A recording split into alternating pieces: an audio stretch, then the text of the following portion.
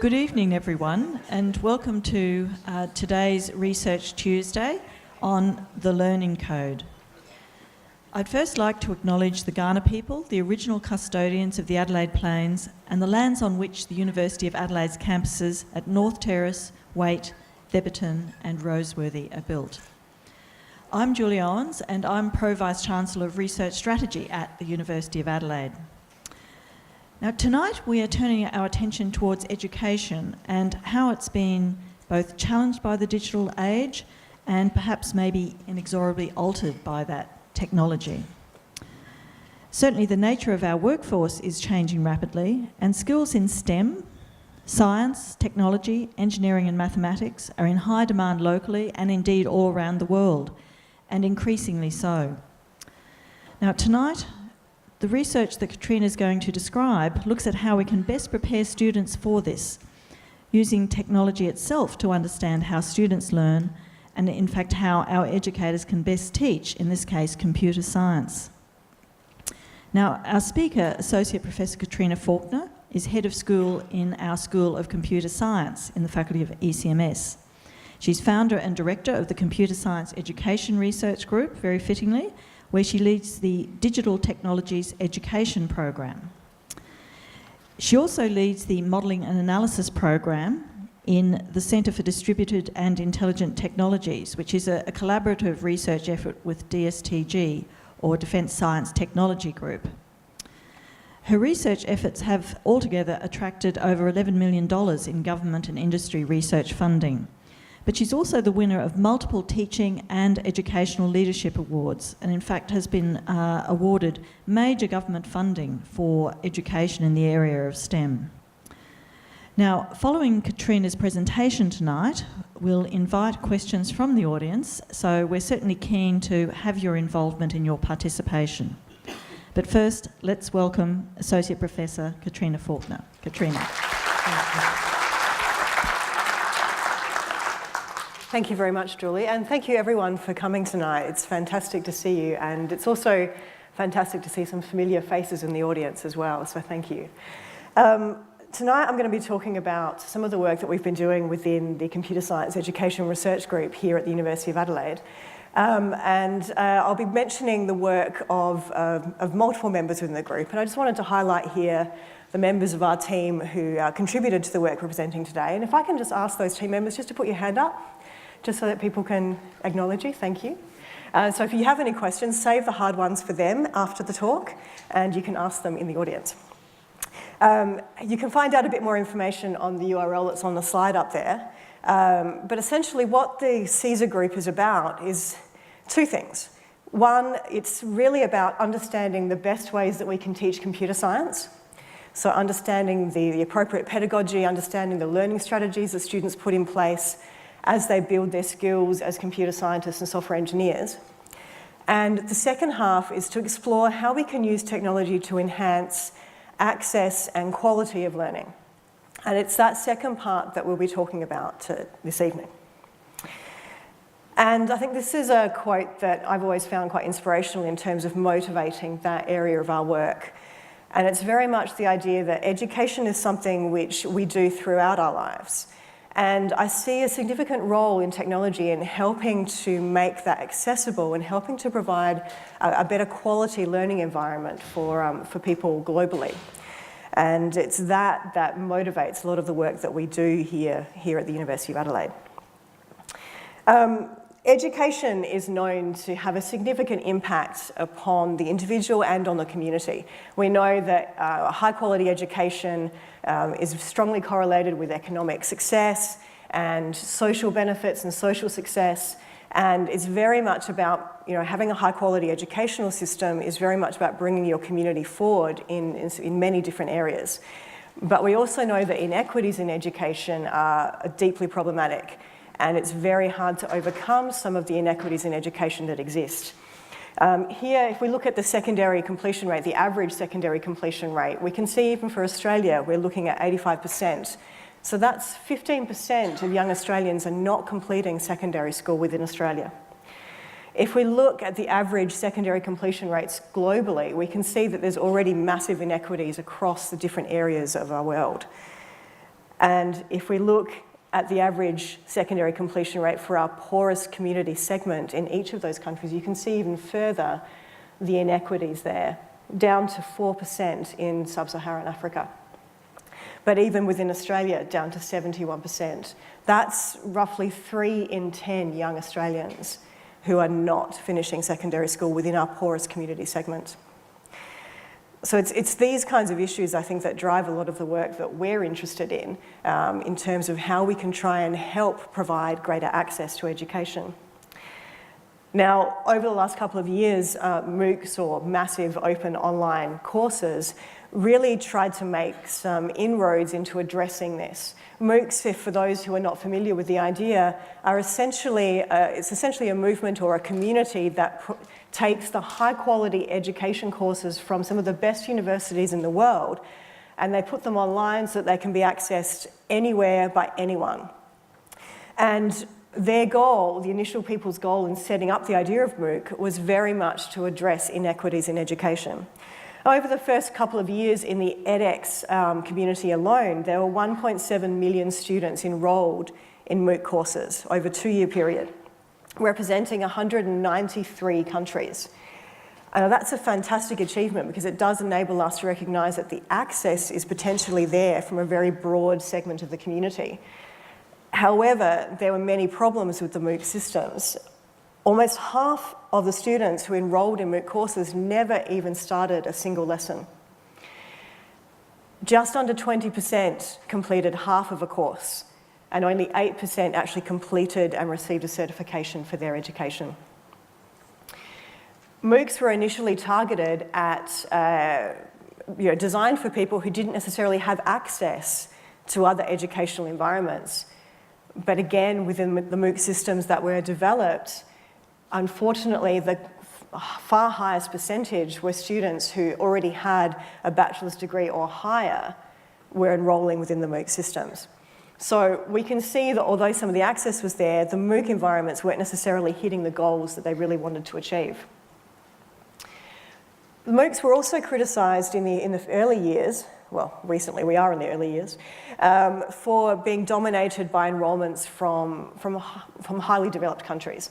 And that is indeed true. We can see here within the first 2 years we've got the enrolments from the top 10 countries, I believe. And we can see that USA heavily dominates those countries.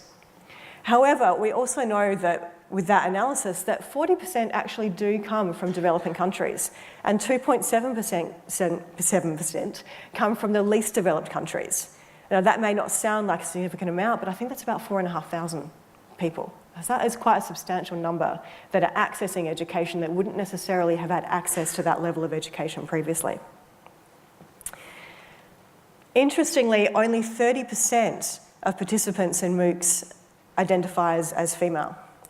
And I think what's really interesting about that is when you contrast that with statistics for other online learning systems, so previous distance learning or online learning environments, where 70% of enrolments identified as female. So what is it about MOOCs that haven't allowed them to carry on that trend of high levels of female participation? We don't know, but what we do know that there is a really distinct difference, and obviously the culture and the way that MOOCs are presenting are not providing themselves in the way that other online systems are. From our perspective, or my perspective, I don't want to speak for the group. From my perspective, one of the most critical aspects in the design of MOOCs that made them problematic is that they're looking for a general solution to an education problem. They're designing online courses that can be taken by any student in the world, and they're designing them in a specific way, but without any acknowledgement of the differences in age, in culture, in previous education, in interest level, in professional interest, in any of the different aspects that we know make a significant difference to how we might approach the educational system. And it's that aspect which has lent itself to not necessarily being adaptable to the individual.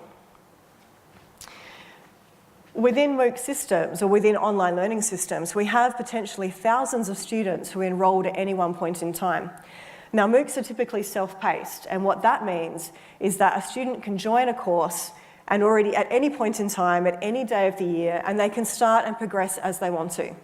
They can explore it in order, they can go to the last section first and pick out the bits that they want to. It's very much in the hands of the learner.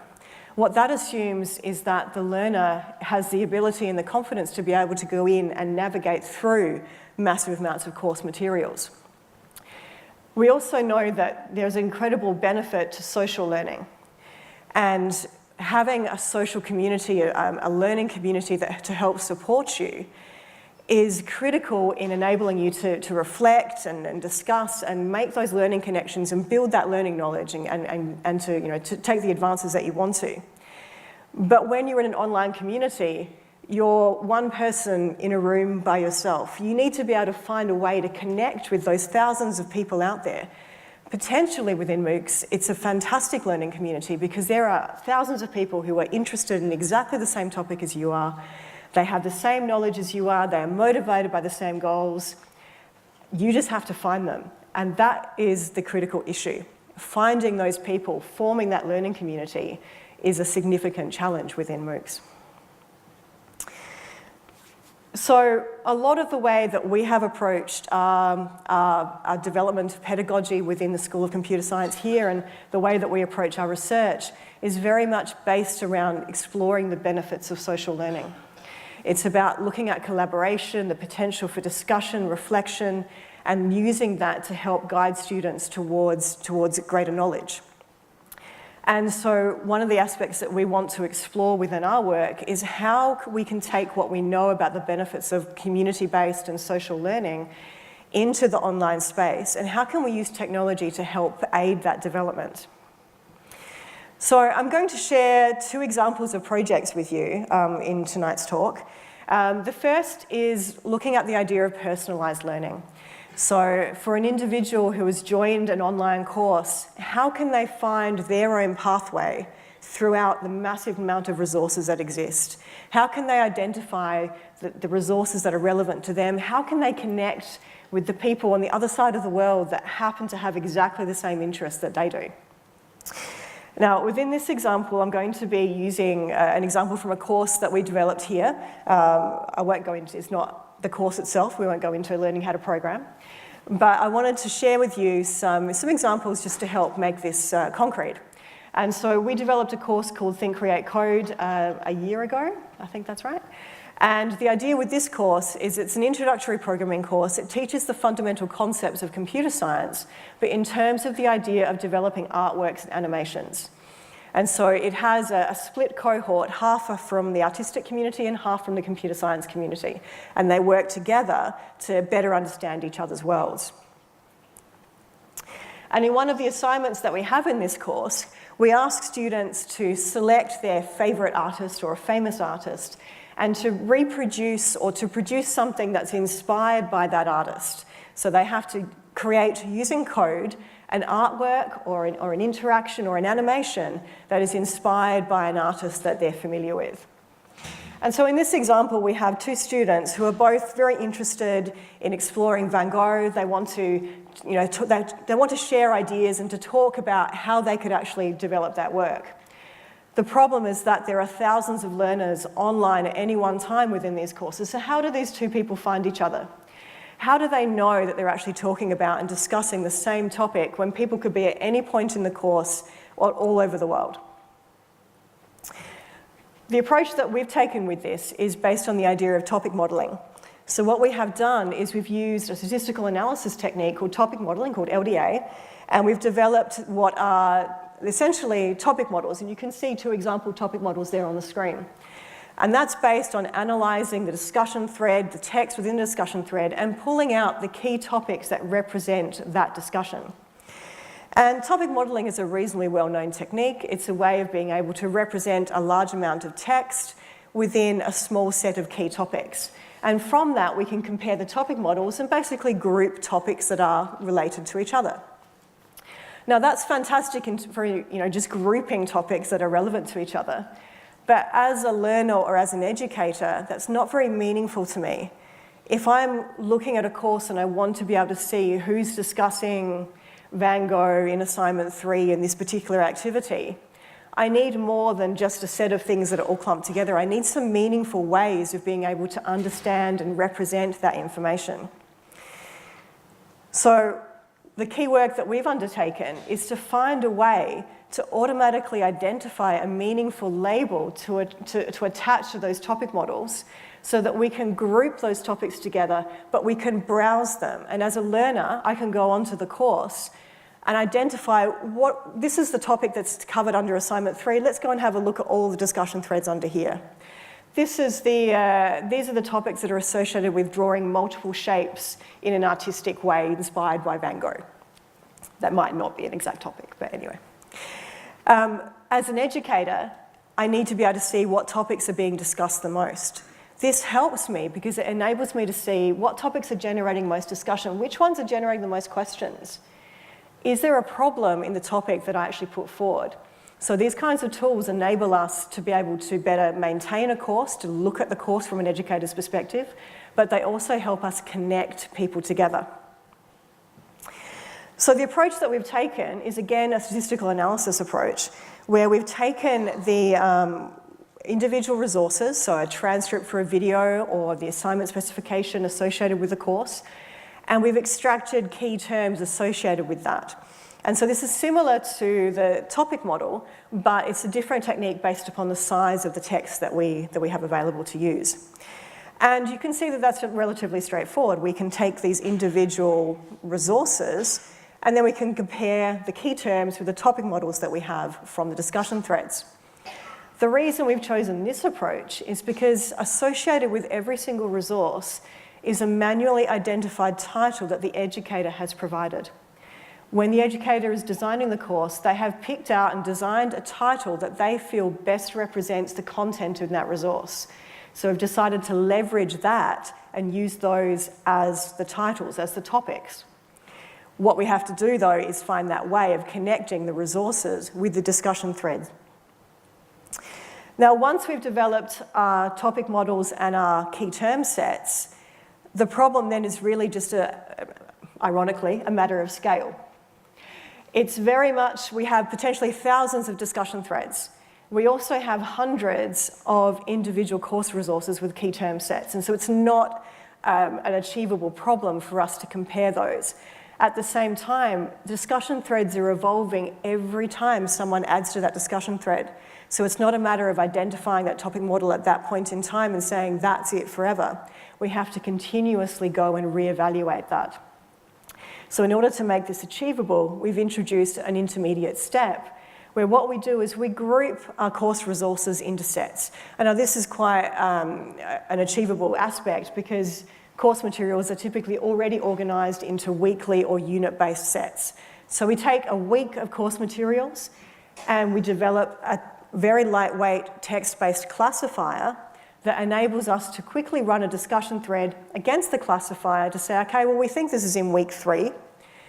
And then we go and we look at the key term sets for week 3 and we compare those. It just helps narrow down the work that we're doing. With all of that in place, though, it's really very much about the outcomes that you can achieve. And what this enables us to do is to group topics together, is to group discussion threads into topics with a meaningful label and have that as a browsable entity by the learner or by the educator. So what we can do is we can look at and visualise these different topics.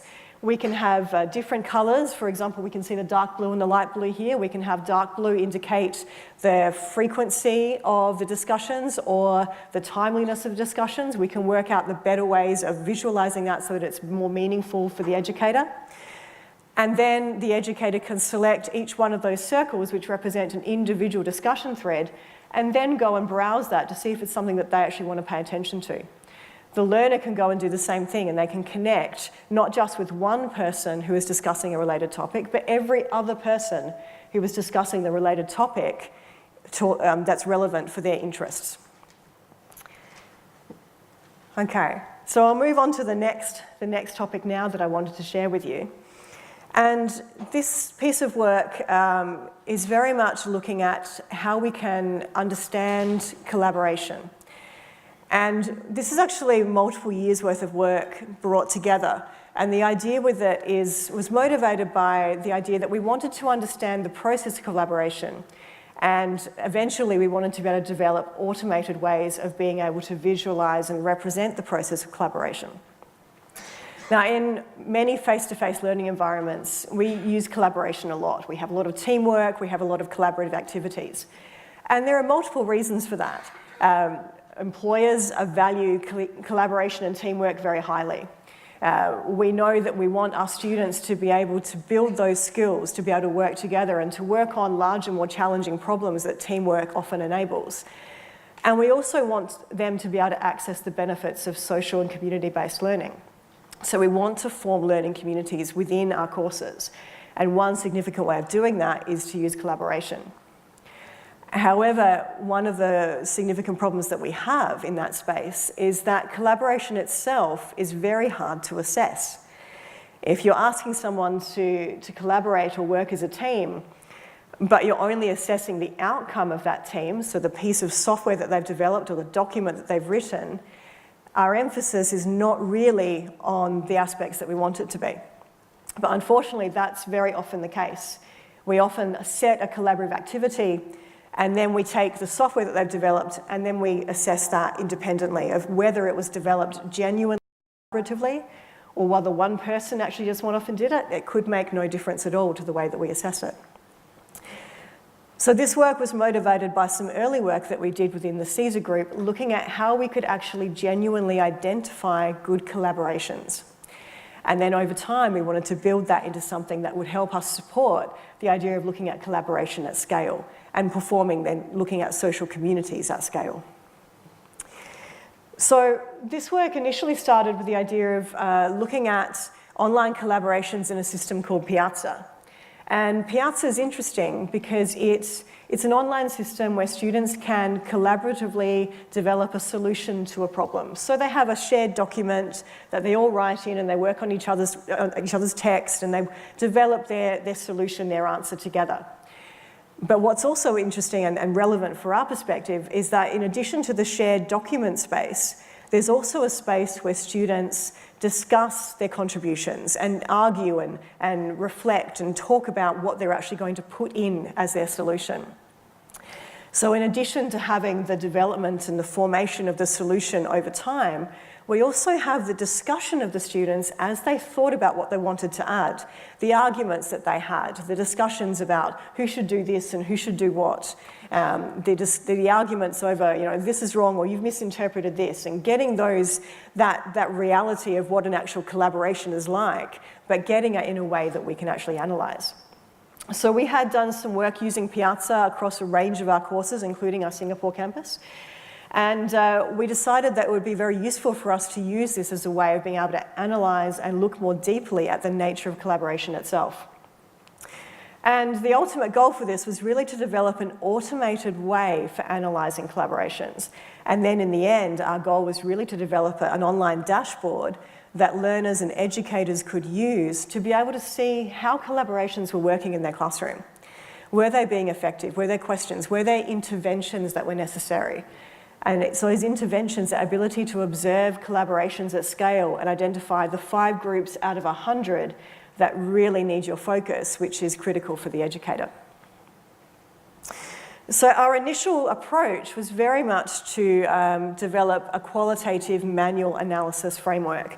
So we explored a range of literature. We used McIntyre and Dickinson's teamwork roles, which were actually, I think, defence or military-related teamwork roles. We looked a lot at different levels of education psychology, including the self-regulated learning behaviours from Zimmerman. And we looked a lot in the online space at how collaborative learning was being assessed there. And we brought a lot of that different research, those different frameworks together to design a qualitative assessment framework. And essentially that is a sequence of quite deeply and detailed descriptions of individual phrases and words and utterances that individuals could say that are associated with different individual teamwork roles. And so we identified over time and over multiple refinements of our qualitative approach 5 individual teamwork roles, and we developed a visualization of those using a spider graph that enabled us to see for every individual student the number of times that they contributed to the group in a particular role. So we can see, for example, in this case, we have 3 students, each is identified uniquely by a colour in the spider graph, and you can see their dominant behaviours, you can see their amount of contribution according to the different roles that are there. And this enabled us to be able to observe at the end of the collaboration what each team member contributed and how they contributed to the group from a collaboration perspective.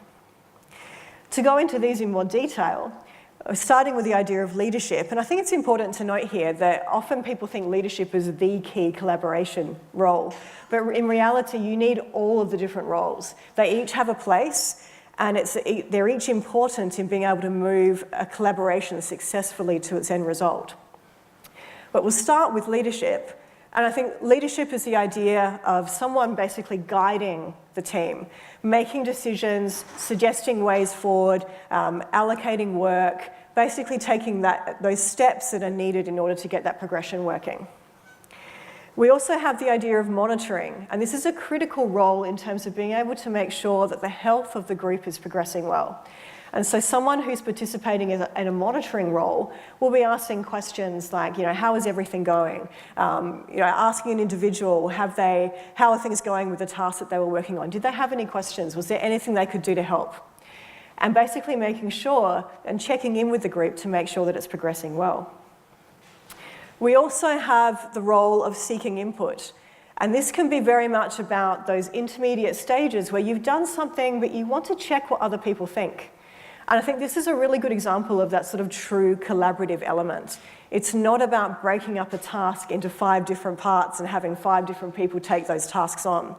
It's very much about getting the group's thoughts on what you're doing. And seeking input is a critical aspect of that. It's about sharing what you've done so far, asking people what they think of what you've actually produced.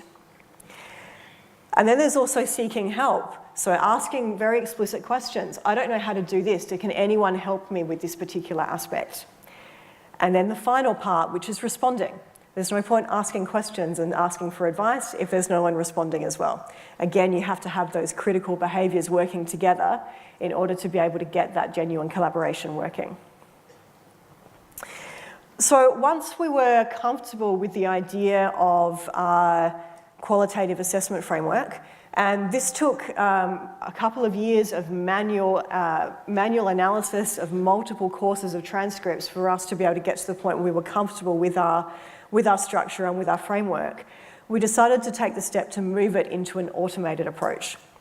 So what we chose to do was to basically using natural language processing based techniques, we constructed a system that would take rules and constraints for what particular roles looked like in terms of the text that students would describe, and would automatically identify roles within the transcripts of student collaborations. We also introduced an additional feature based upon the idea of sentiment or emotion analysis. And the idea of sentiment analysis is, again, a natural language processing based technique to analyse text and identify whether students are essentially positive or negative in their discussion. And together, that gives you quite an effective way of being able to look at a collaboration, to look at a team, and to see how they're actually going without necessarily having to go into the detail of reading every single discussion that they've undertaken together. As an automated approach, this enabled us to develop a system that could be applied to any course in any context, and enables us to also treat it as a dynamic entity. So with our manual approach, we could only analyse the course at the end of, we could only analyse the collaboration rather, at the end of that collaboration. We could see at the end what the different roles were contributing. That's not necessarily that useful in terms of an assessment guide or as an intervention guide. At the end, everything's already finished. But an automated approach enables us to look at the identification of team roles and the sentiment, the emotion within the team as the team is collaborating. And within our tool, we're able to essentially move time back and forth so we can see how the team roles develop over the collaboration, how the sentiment evolves over the collaboration as well. So within this system, we have two ways of representing sentiment. One is the sort of negative, positive approach that I had spoken to you about. And within this approach, you get to see essentially a timeline-based approach where you can see the sentiment of the individual student and the sentiment averaged of the team as a whole over time. With that, within the tool, we're then able to select a particular point in time and then look at the discussion the students are having at that point in time. So we can see if there's a particular point where one student suddenly becomes quite negative, as in the case here, we're able to look at that particular point in time and say, well, what happened then? Did something happen within the discussion? Did the students have a disagreement?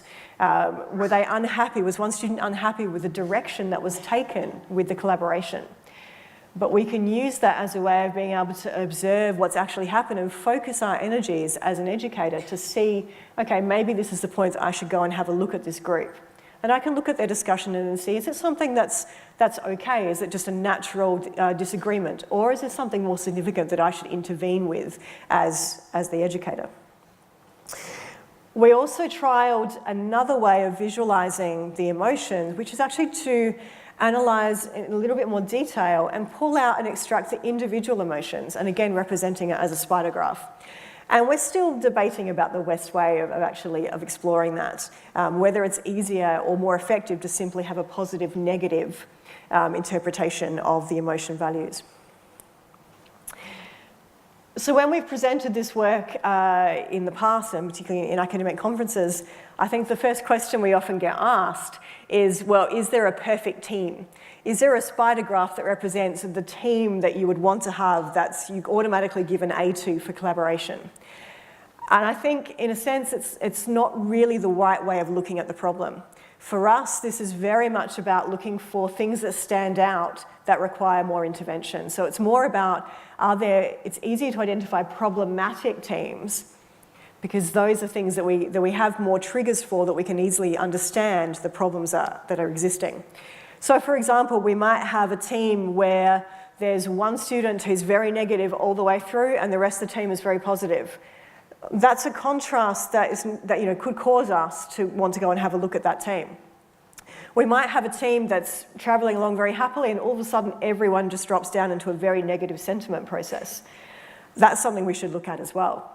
Within the team roles, we may have the case where one person is extremely strong in leadership, but no one else is providing any leadership role.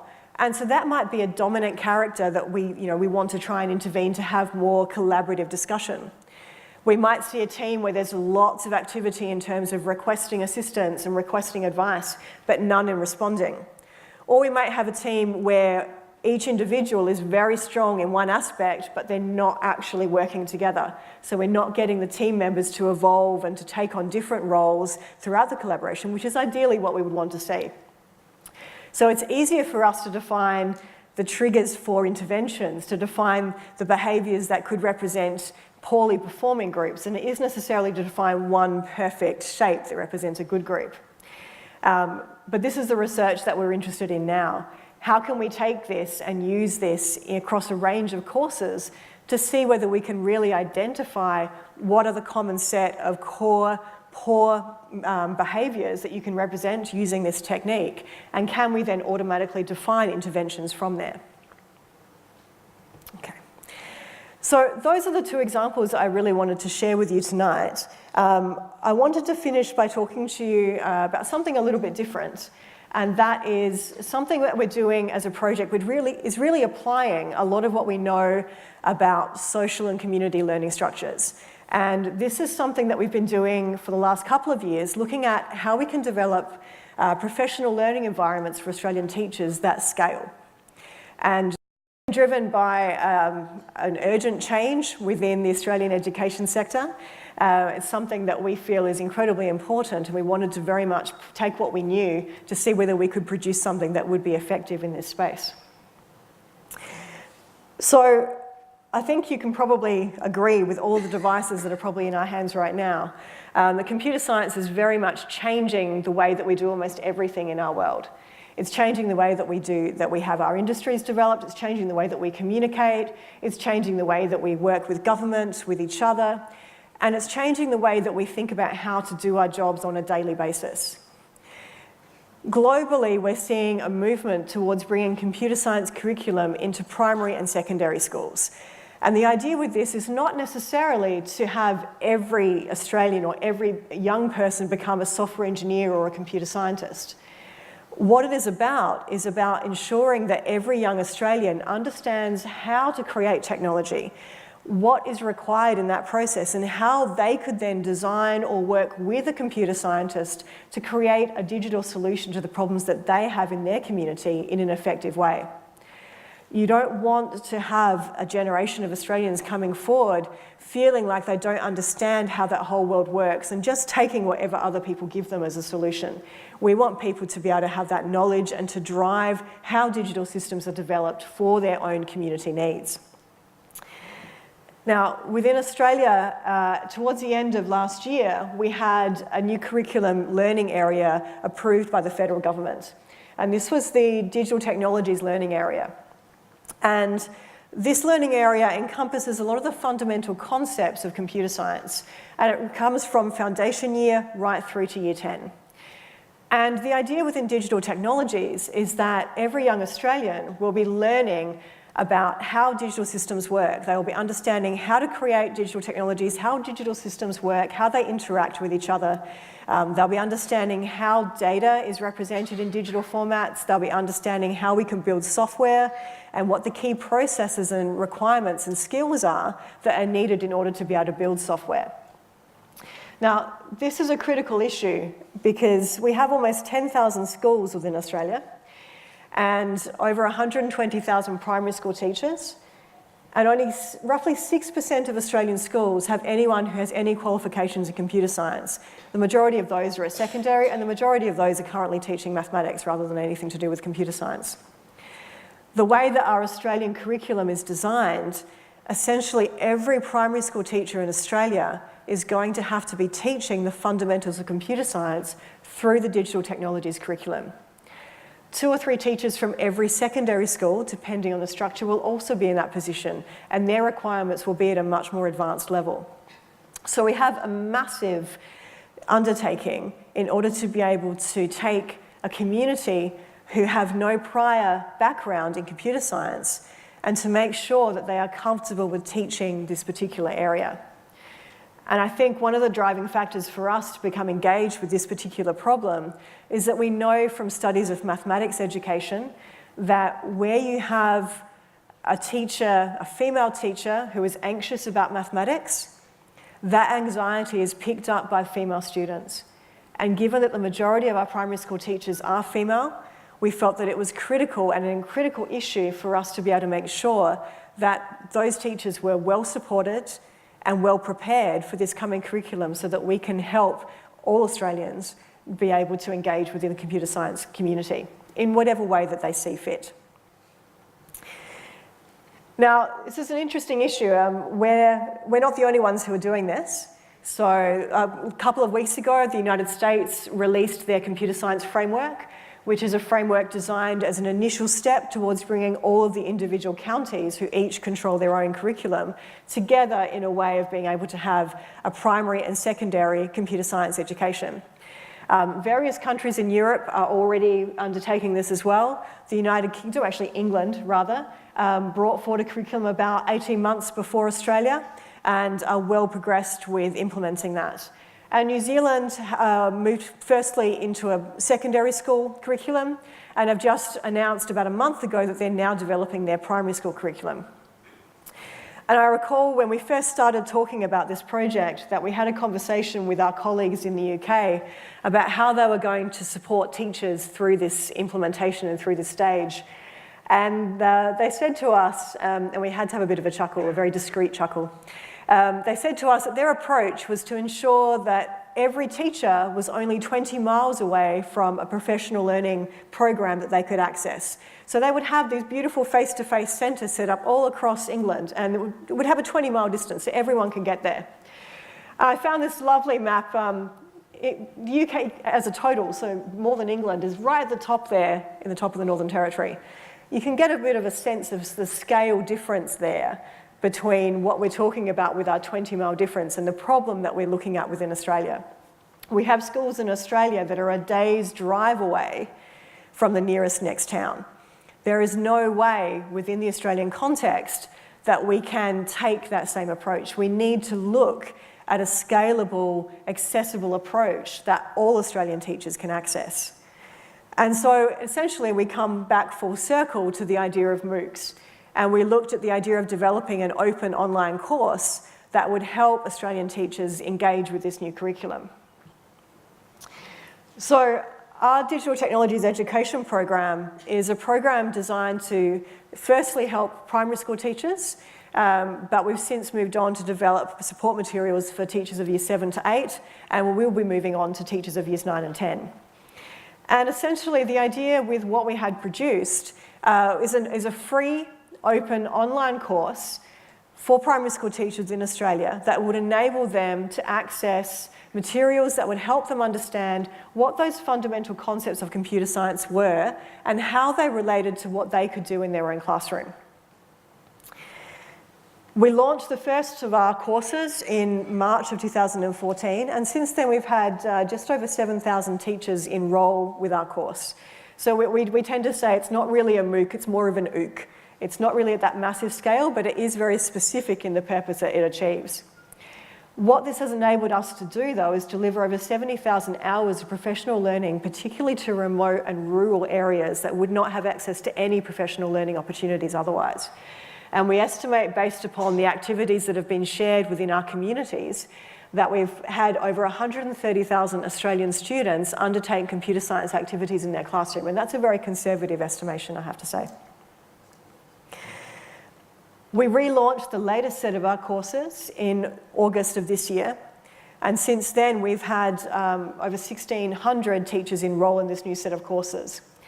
And I think what's interesting with the design of our courses and the approach that we've taken is that we have an active participation rate of almost 80%. And if you recall the earlier examples that I gave, 50% of students in broader MOOCs never even started.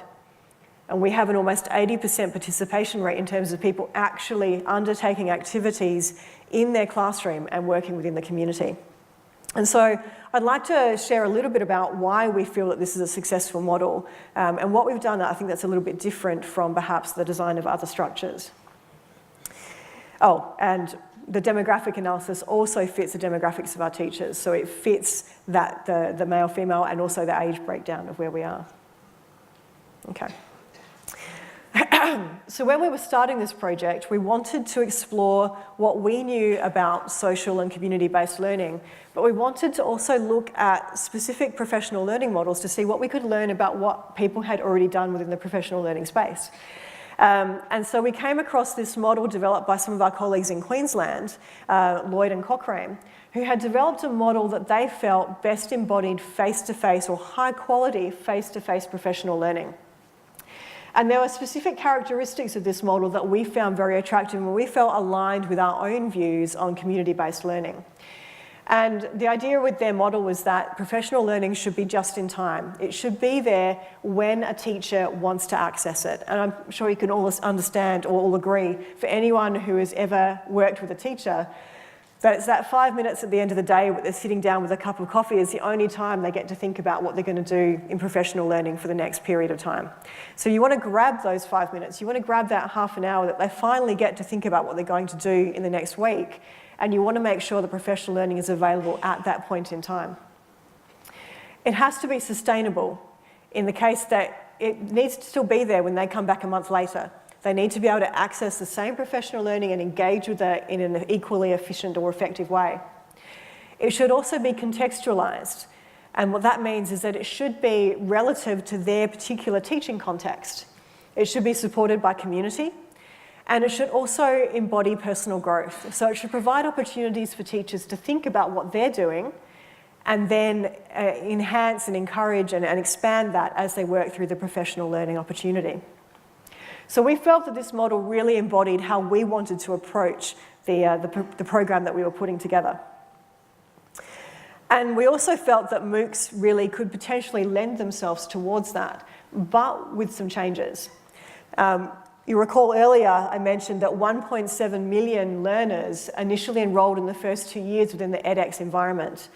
Surveys have identified that almost 40% of that 1.7 million are either past or present teachers. So I think that tells us that these kinds of opportunities are ones that teachers are actually really keen to get access to, that they will engage with MOOCs as a way, and online learning in general, as a way of being able to access professional learning. Those same surveys identified that while teachers were extremely keen on accessing these kinds of learning environments in order to be able to enhance their professional context, they weren't actually able to get effective professional development. They weren't actually able to make changes to the way that they were undertaking their work from what they were doing in the courses. So based upon this research, we felt that we needed to extend our initial model of professional learning with some very specific aspects to enhance that community aspect, but also to enhance the contextualization and to make it more effective for people.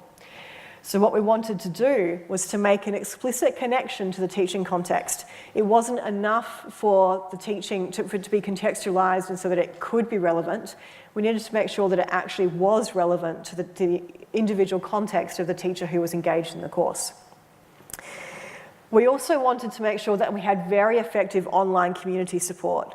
So we wanted to make sure that that community was also sustained and was also going to be there just in time and all of those other characteristics. So we wanted to make sure that that was actually integrated throughout all of the other characteristics of the model.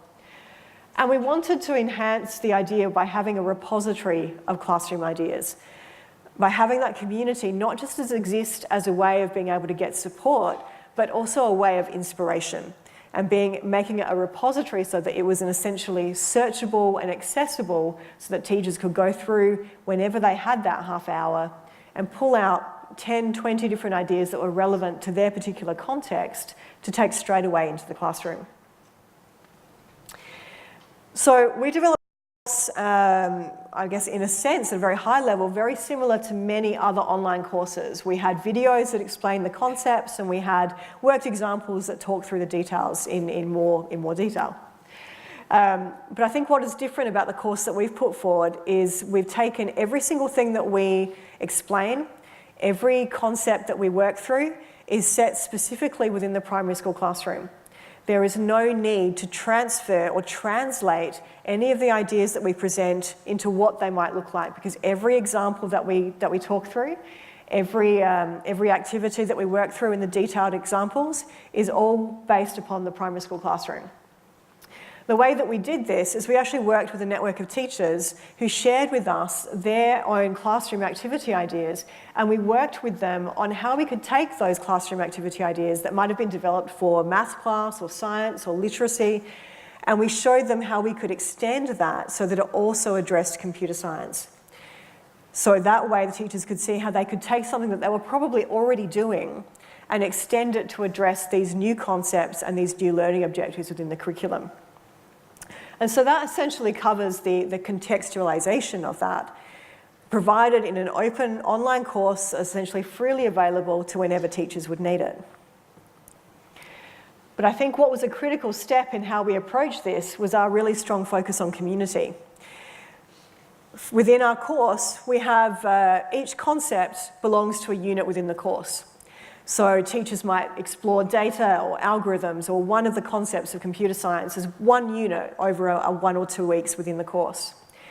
What we ask them to do is we ask them to take that concept and within those couple of weeks that they're exploring the course, to develop a classroom activity idea and then to share that back with our online community, which you can see on the screen here.